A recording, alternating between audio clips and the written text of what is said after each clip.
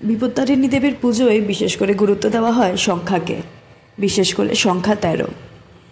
বিশ্বাস করা হয় এই সংখ্যাটি দেবীর অত্যন্ত প্রিয়, তাই ব্রত পালনকারীরা 13টি করে উপাচার নিবেদন করেন। 13 রকমের ফল, ফুল, পান, সুপারি, এলাচ এবং নৈবেদ্য।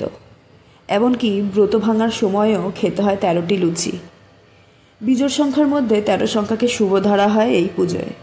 সাধারণত মঙ্গলবার বা শনিবার সোজা ও উল্টো রথের মাঝের দিনে এই ব্রত পালন করেন বিবাহিত মহিলারা পরিবারের মঙ্গল ও বিপদ মুক্তির কামনায়।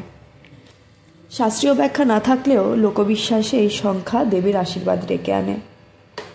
পুজো শেষ হাতে বাঁধা হয় লাল রঙের তাগা, যা বিপদ থেকে রক্ষা করার প্রতীক হিসেবে বিবেচিত।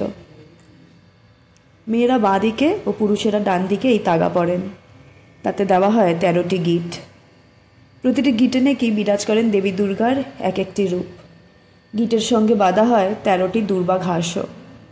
কেউ কেউ এই তাগা সারা বছর পরে রাখেন, আবার কেউ 3 দিন পরে জলে ভাসিয়ে দেন। লোককথা অনুযায়ী এই তাগা থাকলেও কোনো অশুভ শক্তি বা বিপদ সহজে ঘেঁষতে পারে না। মা বিপত্তারিণীর কৃপায় জীবন থাকে সুরক্ষিত। ধর্মকথায় আজকে বিপত্তারিণীর পুজোয় কেন 13টি উপাচার বা লাল তাগার রহস্য নিয়ে এটাই ছিল আপনাদের কাছে একটি প্রতিবেদন। কেমন লাগলো সেটা অবশ্যই আমাদেরকে কমেন্ট করে জানাতে ভুলবেন না। আর এরকম আরও ধর্মকথার ভিডিও পেতে ফলো করতে ভুলবেন না ট্রাভো নিউজ।